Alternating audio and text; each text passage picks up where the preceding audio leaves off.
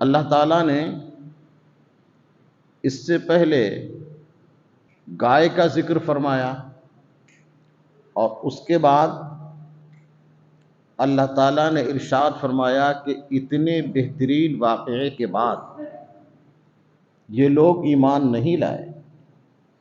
تو اس کا مطلب یہ ہے کہ یہ پتھر کی طرح ان کے دل سخت ہیں، پتھر کی طرح ان کے دل سخت ہیں۔ پھر اللہ تعالیٰ نے ارشاد فرمایا کہ پتھر کی طرح سخت نہیں ہے، پتھر سے بھی زیادہ سخت ہے۔ کیوں؟ پتھر سے زیادہ سخت کیوں ہیں؟ اللہ تعالیٰ خود فرماتا ہے کہ پتھروں کا حال تو یہ ہے وَإِنَّ مِنَ الْحِجَارَةِ لَمَا يَتَفَجَّرُ مِنْهُ الْأَنْهَارُ، پتھروں میں سے نہریں پانی کی جاری ہو جاتی ہیں۔ پتھر تو ایسے ہیں۔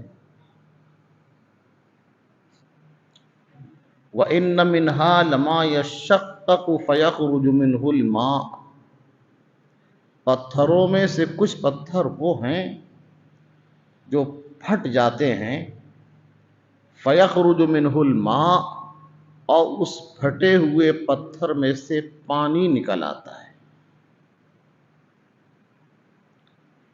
وَإِنَّ مِنْهَا لَمَا يَهْبِطُ مِنْ خَشْيَةِ اللَّهِ، اور پتھروں میں سے کچھ پتھر وہ ہیں جو اللہ تعالیٰ کے خوف سے گر پڑتے ہیں۔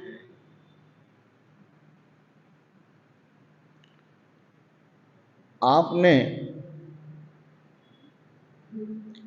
خود اپنی آنکھوں سے دیکھا ہوگا اور آپ نے کتابوں میں پڑھا ہوگا کہ بہت سارے دریا ان کا سرچشمہ اور ان کا مرکز پتھر ہی ہے، پہاڑوں سے وہ دریا جاری ہوتے ہیں۔ آپ نے خود دیکھا ہوگا کہ پہاڑ سے دریا جاری کہیں ہوا اور کہیں ایسا ہے کہ اوپر سے کسی پہاڑ کے میں شگاف پڑا اور اس میں سے نالا بہنے لگا۔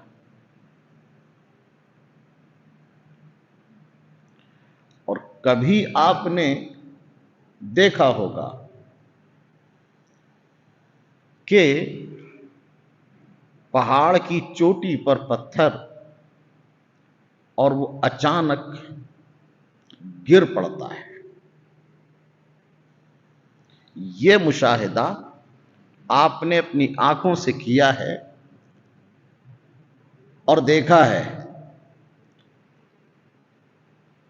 اب یہ جو مشاہدہ ہے جو آپ نے کیا ہے کہ پانی میں سے، پتھر میں سے پانی کا نکل آنا اور نہر اور یا دریا جاری ہو جانا، یا کسی پتھر کا شق ہو جانا اور اس میں سے اچانک پانی کی روانگی ہو جانا، اور کسی پہاڑ سے گر کر پتھر نیچے آ جانا، یہ کیفیت سائنسی اعتبار سے جو بھی ہو، ہم اس بحث میں نہیں پڑنا چاہتے۔ ہاں، اتنا ضرور ہے کہ سائنس جو ہے وہ کسی چیز کی تحقیق کرنے کے بعد ایک تحقیق کر کے پیش کرتی ہے اور رک جاتی ہے، لیکن اسلامی اعتبار سے جہاں سائنس رک جاتی ہے وہاں سے آگے اسلامی اور ایمانی حقانیت اجاگر ہوتی ہے۔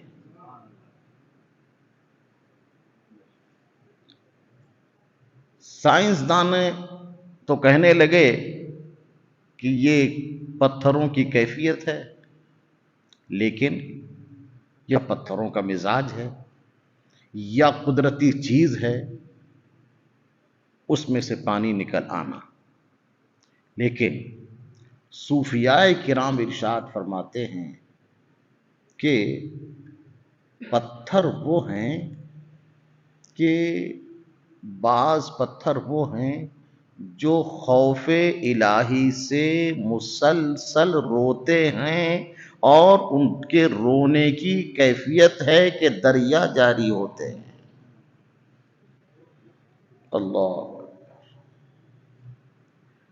اور بعض پتھر وہ ہیں کہ مسلسل تو نہیں روتے، ہاں خوف الہی جب طاری ہوتا ہے تو اس پہاڑ میں سے کسی پتھر کے اندر سے پانی جاری ہو جاتا ہے۔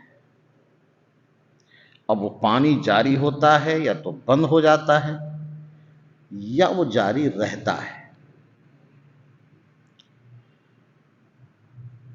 کچھ پتھر وہ ہیں کہ پانی تو جاری نہیں ہوتا، وہ اچانک گر پڑتے ہیں۔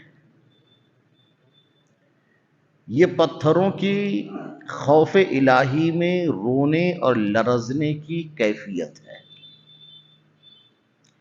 اسی طرح سے صوفیاء کرام میں، اللہ والوں میں، خوف الہی رکھنے والوں کی بھی تین حالتیں ہیں۔ ایک حالت تو یہ ہے جو سب سے اعلیٰ، سب سے افضل، سب سے برتر، وہ حالت یہ ہے کہ وہ اللہ والے خوف الہی سے مسلسل روتے ہی رہتے ہیں۔ یہ مسلسل رونے کی جو کیفیت ہے، یہ فرشتوں کی سنت ہے۔ فرشتوں میں ایک گروہ ہے فرشتوں کا جس کو کروبین کہتے ہیں۔ کروبین یہ وہ فرشتے ہیں کہ جو مسلسل یاد الہی میں روتے ہیں۔ یہ کیفیت اللہ والوں کی بھی ہوتی ہے کہ جو مسلسل خوف الہی میں روتے ہی رہتے ہیں۔ حضرت رابعہ بصریہ اللہ کی ولی عورت ہیں، ان کے خوف الہی میں رونے کی وجہ سے جس طرح سے زمین میں پانی کا نالا بن جاتا ہے، اسی طرح سے ان کے رخسار میں آنسوؤں کا ایک نالا بن گیا تھا۔ اللہ۔ یہ تھی حضرت رابعہ، یہ مسلسل روتے ہیں۔ اور کچھ وہ ہیں جو دوسرے مرتبے کے، مسلسل تو نہیں روتے، ہاں اتنا ضرور ہے کہ جب اللہ کا خوف طاری ہوتا ہے تو دل پھٹ جاتا ہے اور آنکھوں سے آنسو جاری ہو جاتے ہیں۔ قرآن کریم کہتا ہے،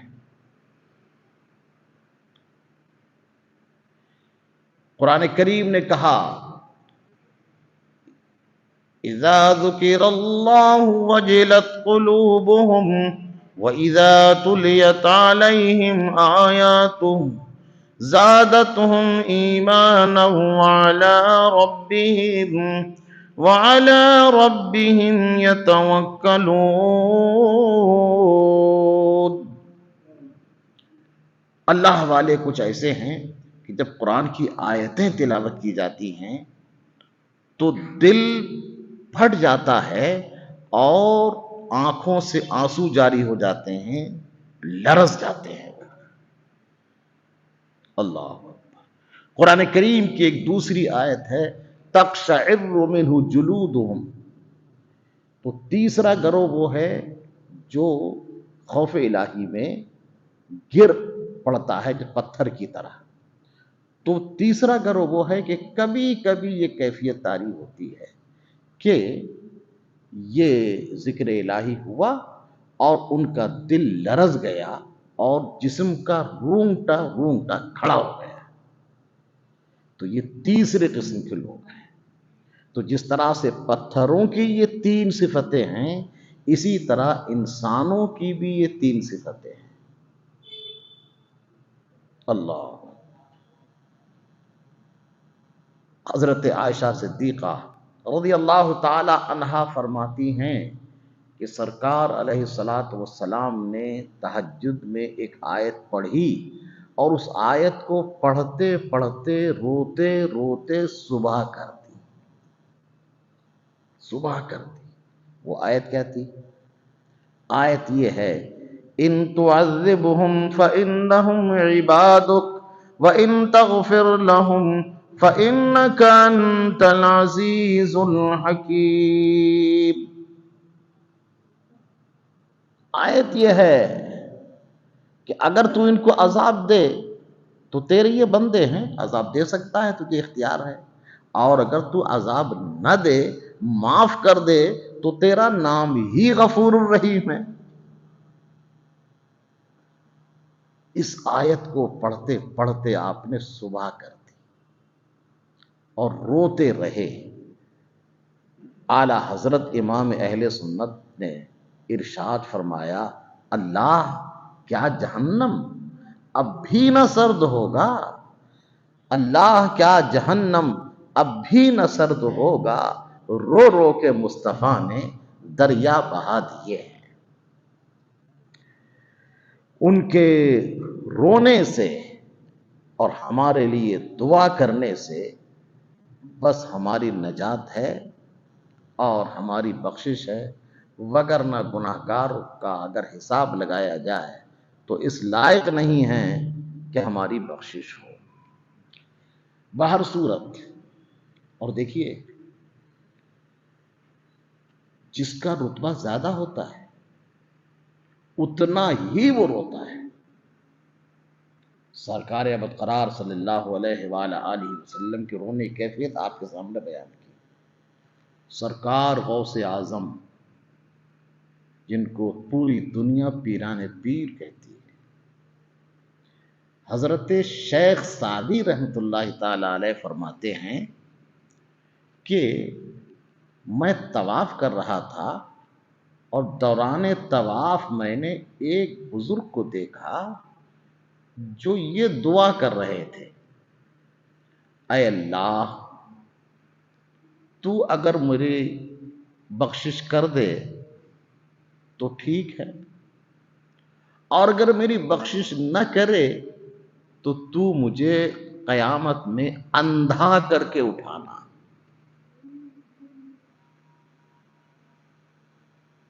اندھا کر کے اٹھانا۔ شیخ سعدی فرماتے ہیں، یہ کون ہے جو ایسی دعا کر رہا ہے کہ بخشش ہو جائے تو ٹھیک ہے، وگرنہ مجھے اندھا کر کے اٹھانا۔ فرماتے ہیں طواف کرنے کے بعد میں ان کے پاس میں گیا، یہ کون ہیں جو ایسی دعا کر رہے ہیں؟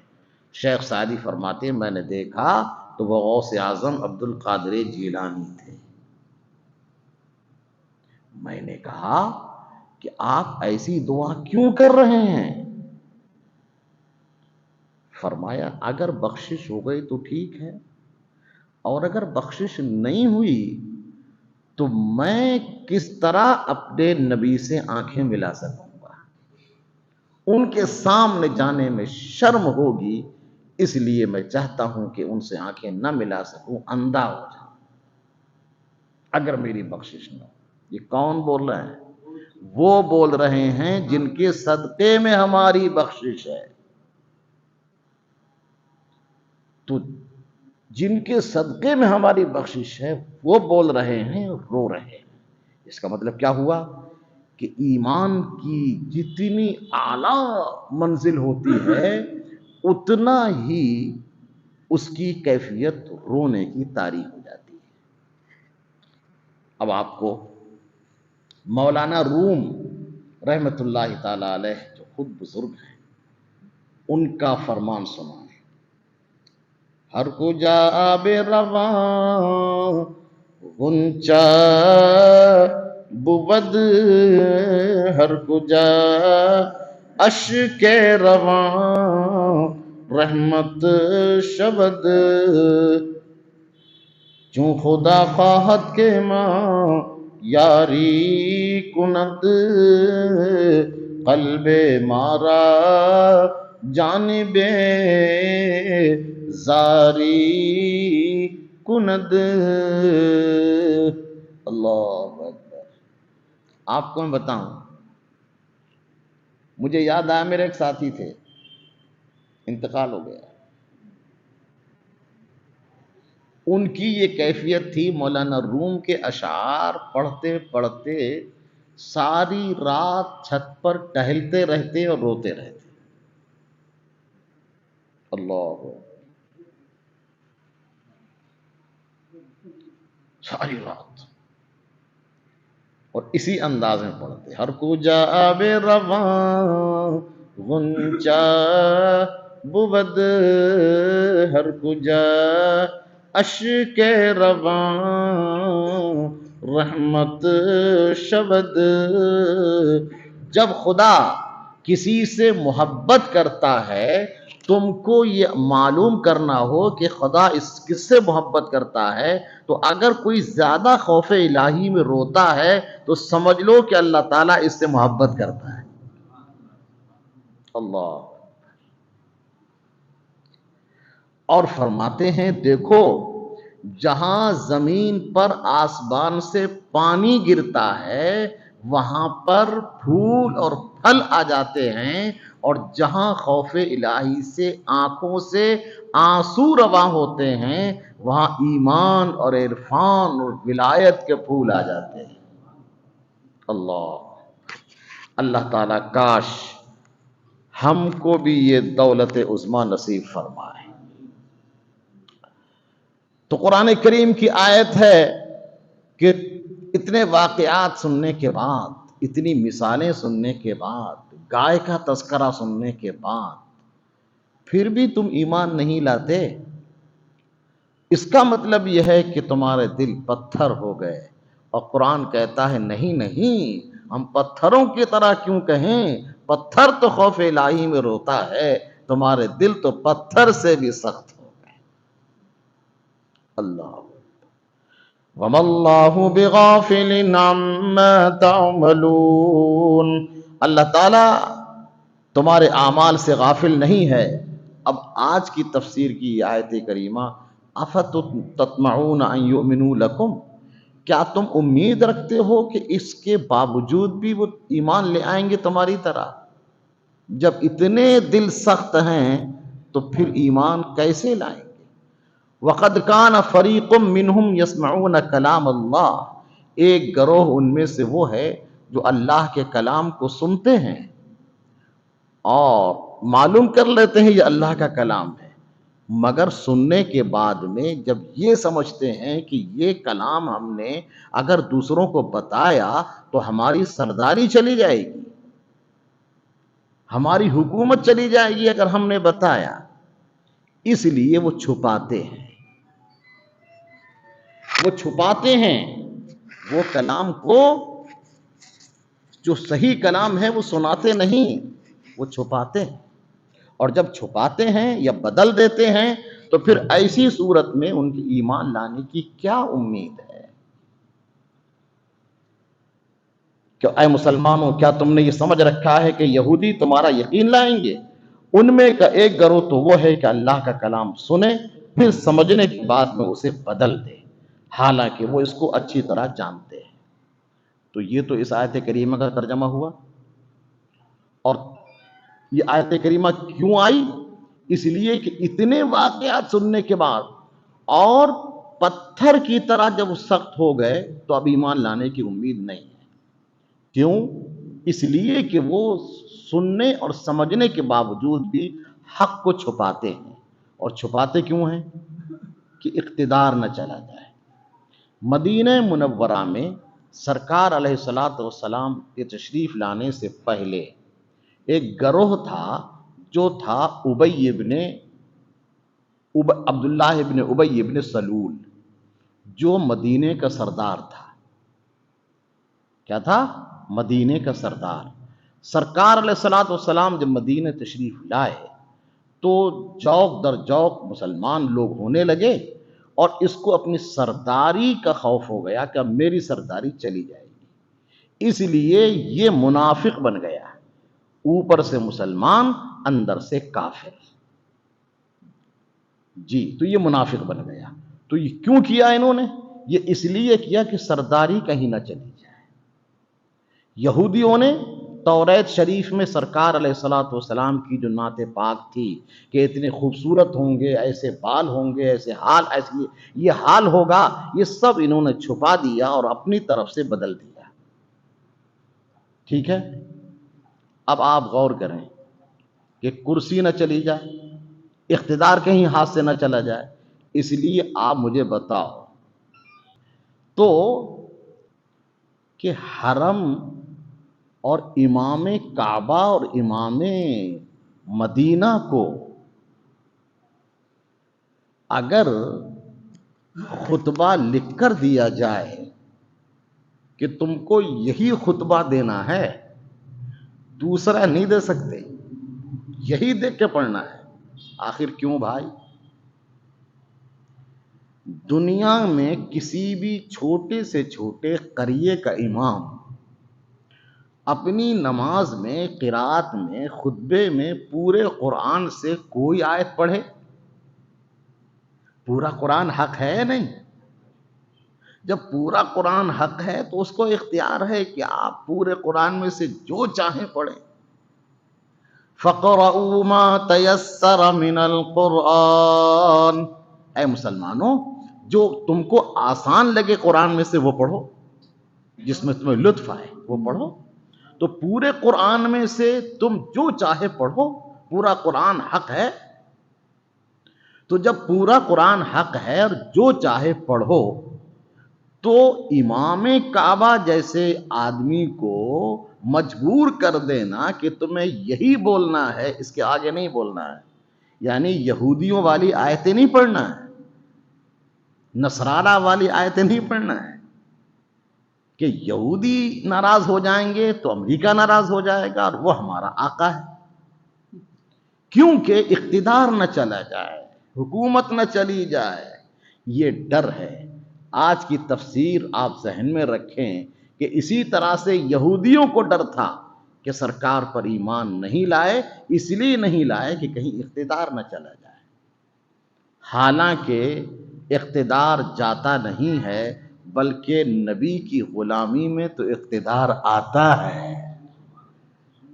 اللہ اکبر۔ ڈاکٹر اقبال کہتے ہیں جب عشق سکھاتا ہے آداب اسد اللہ ہی، کھلتے ہیں غلاموں پر اسرار شہنشاہی۔ یعنی جب عشق اس منزل میں آتا ہے کہ محبوب پر وہ قربان ہو جائے تو وہیں پر سرداری کی ابتدا ہوتی ہے۔ حضرت عمر جیسے آدمی حضرت بلال حبشی کو فرماتے انت سیدنا، بلال تم تو ہمارے سردار ہو۔ اللہ، آپ ذرا غور کریں، بلال تم تو ہمارے سردار ہو۔ سرکار علیہ الصلوۃ والسلام نے وصال سے پہلے اسامہ بن زید، اور زید کون تھے؟ خریدے ہوئے غلام جو سرکار کی بارگاہ میں آئے اور ایمان لائے، سرکار کی خدمت پہ رہے، ان کے بیٹے اسامہ، ان کو سب سے بڑی فوج کا سپہ سالار بنایا تھا۔ کیوں؟ دنیا کو بتا دیا کہ جو ہماری غلامی میں آتا ہے اس کا مقام گھٹتا نہیں، اس کا مقام بڑھ جاتا ہے۔ اللہ، مگر جب دنیا غالب آتی ہے، نفسانی خواہشات ہوتی ہیں، تو سمجھتے ہیں کہ یہ اقتدار نہ چلا جائے۔ دنیا کا اقتدار کچھ نہیں ہے، نبی کی غلامی میں دونوں جہان کا اقتدار ملتا ہے، اور صرف انسانوں پر نہیں بلکہ انسانوں کے علاوہ جانوروں اور ہواؤں اور فضاؤں پر بھی اقتدار ملتا ہے۔ اللہ، اللہ، فضاؤں پر بھی اقتدار ملتا ہے۔ چلیے انشاءاللہ ایک واقعہ یاد آ رہا پھر بتائیں گے۔ آج کی تفسیر ہم یہیں پر ختم کرتے ہیں۔ اللہ تعالیٰ کاش ہم کو قرآن صحیح طرح سمجھنے کی توفیق عطا فرمائے اور قرآن والے سرکار کی محبت عطا فرمائے۔ آمین بجاہ سید المرسلین وآخر دعوانا ان الحمد للہ رب العالمین۔